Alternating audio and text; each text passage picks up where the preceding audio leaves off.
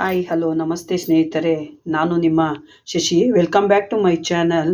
ನೋಡಿ ಸ್ನೇಹಿತರೆ, ಆಗಿನ ಕಾಲದಲ್ಲಿ ಅಜ್ಜಿ ಮಾಡ್ತಾ ಇದ್ರಲ್ಲ ಅವರೆಕಾಳು ಉಪ್ಪಿಟ್ಟು, ಅದನ್ನು ಯಾವ ರೀತಿ ಬೇಗನೆ ಮಾಡ್ಕೊಳ್ಳೋದು ಅನ್ನೋದನ್ನ ನಾನಿವತ್ತು ನಿಮಗೆ ತಿಳಿಸ್ಕೊಡ್ತೀನಿ. ನೋಡಿ, ರುಚಿಕರವಾದ ಬಿಸಿ ಬಿಸಿಯಾದ ಅವರೆಕಾಳು ಇತ್ಕಿದ ಅವರೆಕಾಳನ್ನ ಉಪ್ಪಿಟ್ಟು ಅದ್ರ ಮೇಲೆ ತುಪ್ಪ ಹಾಕ್ಕೊಂಡು ತಿಂತಾಯಿದ್ರೆ ತಿನ್ನೋದಕ್ಕೆ ವಾವ್, ವೆರಿ ನೈಸ್. ನೋಡಿ ಸ್ನೇಹಿತರೆ, ಇದನ್ನು ಯಾವ ರೀತಿ ಮಾಡೋದು ಅನ್ನೋದು ನಾನು ಇವತ್ತು ನಿಮಗೆ ಹೇಳ್ಕೊಡ್ತೀನಿ. Welcome back. ನೋಡೋಣ ಬನ್ನಿ. ಸಣ್ಣದಾಗಿ ಹಚ್ಚಿರೋ ಹುರುಳಿಕಾಯಿ, ಗೆಡ್ಡೆಕೋಸು, ಕ್ಯಾರೆಟು, ಮೆಣಸಿನ್ಕಾಯಿ, ಈರುಳ್ಳಿ, ಟೊಮ್ಯಾಟೊ, ಕೊತ್ತಂಬರಿ, ಕರಿಬೇವು, ಜೊತೆಗೆ ನಾವು ಈಗ ಇದ್ಕಿದ ಬೇಳೆ ಉಪ್ಪಿಟ್ಟು ಮಾಡ್ತಾ ಇರೋದ್ರಿಂದ ಒಂದು ಬೌಲು ಇದ್ಕಿದ ಬೇಳೆನ ತೊಗೊಂಡಿದ್ದೀನಿ. ಬನ್ನಿ ಯಾವ ರೀತಿ ಮಾಡೋದು ಅಂತ ನೋಡೋಣ. ಗ್ಯಾಸ್ ಮೇಲೆ ಕುಕ್ಕರ್ನ ಇಟ್ಕೊಂಡು ಅದಕ್ಕೆ ಒಂದು ಲೋಟ ಎಣ್ಣೆ ಹಾಕ್ಕೊಂಡು, ಹಾಕಿದ್ಮೇಲೆ ಎಣ್ಣೆ ಸ್ವಲ್ಪ ಬಿಸಿ ಆದಮೇಲೆ ಅದಕ್ಕೆ ಒಂದು ಸ್ವಲ್ಪ ಜೀರಿಗೆ ಹಾಕ್ಕೊಳ್ಳೋಣ, ಒಂದು ಸ್ವಲ್ಪ ಸಾಸಿವೆ ಹಾಕ್ಕೊಳ್ಳೋಣ,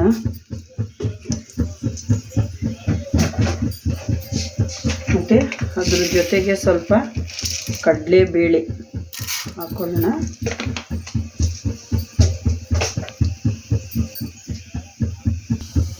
ಕಡಲೆಬೇಳೆ ಕೆಂಪುಗಾದ್ಮೇಲೆ ಇದಕ್ಕೆ ಕರಿಬೇವು ಸೊಪ್ಪು ಹಾಕಬೇಕು.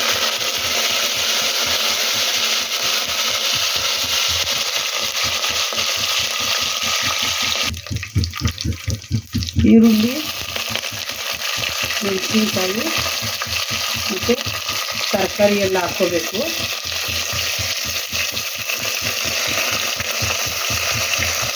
ಮತ್ತು ಅದ್ರ ಜೊತೆಗೆ ಇಕ್ಕಿದ ಬೇಳೆನ ಹಾಕ್ಕೊಂಡು ಸ್ವಲ್ಪ ಹುರ್ಕೋಬೇಕು. ಇದೆಲ್ಲ ಚೆನ್ನಾಗಿ ಬಾಯ್ಲ್ ಆದಮೇಲೆ ಇದಕ್ಕೆ ಟೊಮೊಟೊ ಸೇರಿಸ್ಕೊಳ್ಳೋಣ. ಟೊಮೊಟೊ ಸೇರಿಸ್ಕೊಂಡು ಚೆನ್ನಾಗಿ ಬಾಯ್ಲ್ ಆಗೋ ಥರ ಹುರ್ಕೊಳ್ಳೋಣ. ಈಗೇನೆ ಟೊಮೊಟೊ ಹಾಕ್ದಾಗೇನೆ ಉಪ್ಪು ಹಾಕಿದ್ರೆ ಅದು ಉಪ್ಪೆಲ್ಲನೂ ತರಕಾರಿಗೆ ಚೆನ್ನಾಗಿ ಇದಾಗತ್ತೆ. ಉಪ್ಪೆಲ್ಲ ಹಾಕಿ ಸ್ವಲ್ಪ ಅದು ಎಲ್ಲ ಉಪ್ಪು ಆಗೋ ಥರ ಒಂದು ಪ್ಲೇಟ್ನ ಮುಚ್ಕೊಳ್ಳೋಣ.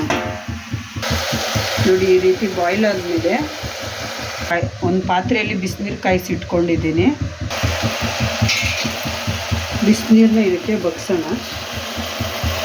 ಎಷ್ಟು ಕ್ವಾಂಟಿಟಿ ಬೇಕೋ ನೋಡಿಕೊಂಡು ನೀವು ಹಾಕ್ಕೊಳ್ಳಿ ನೀರನ್ನ.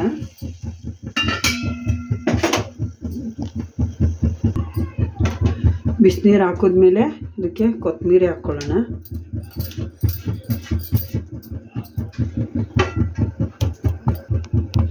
ಈಗ ಕುಕ್ಕರ್ ಮುಚ್ಚಳ ಮುಚ್ಚಿ ಇದನ್ನು 2 ಕೂಗು ಕೂಗಿಸ್ಕೊಳ್ಳೋಣ. ಕುಕ್ಕರು ಕೂಗೋ ಅಷ್ಟರಲ್ಲಿ ಇನ್ನೊಂದು ಕಡೆ ಒಂದು ಬಾಣಲಿ ಇಟ್ಕೊಂಡು ಅದಕ್ಕೆ 2 ಬೌಲು ರವೆ ಹಾಕ್ಕೊಂಡು ಕೆಂಪಾಳವಾಗಿ ರವೆನ ಹುರ್ಕೊಳ್ಳೋಣ.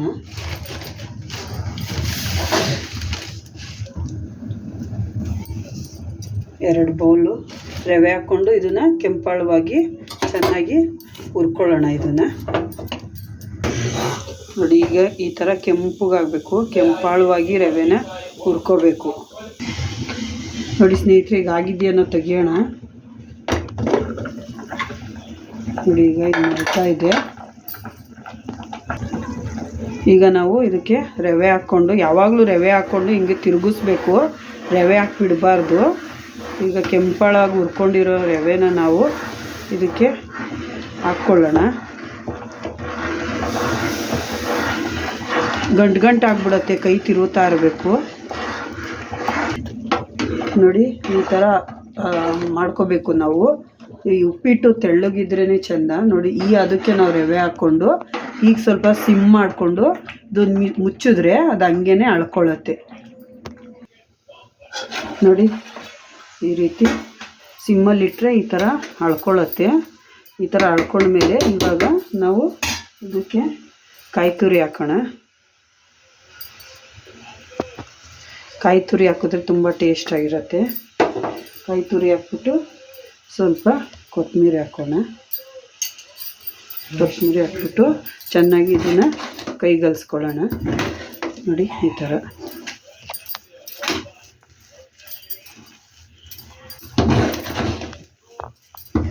ಒಂದು 2 ಸೆಕೆಂಡ್ಸಲ್ಲಿ ರೆಡಿಯಾಗೋಗುತ್ತೆ.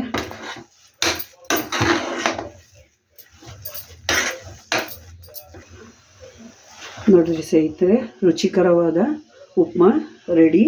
ತಿನ್ನೋದಕ್ಕೆ ಈಗ ರೆಡಿಯಾಗಿದೆ. ಇದ್ರ ಜೊತೆಗೆ ತುಪ್ಪ ಹಾಕ್ಕೊಂಡು ಮೊಸರು ಹಾಕ್ಕೊಂಡು ತಿಂದರೆ ಒಳ್ಳೆ ಟೇಸ್ಟಾಗಿರುತ್ತೆ. ನೀವು ಟ್ರೈ ಮಾಡಿ. Thank you so much.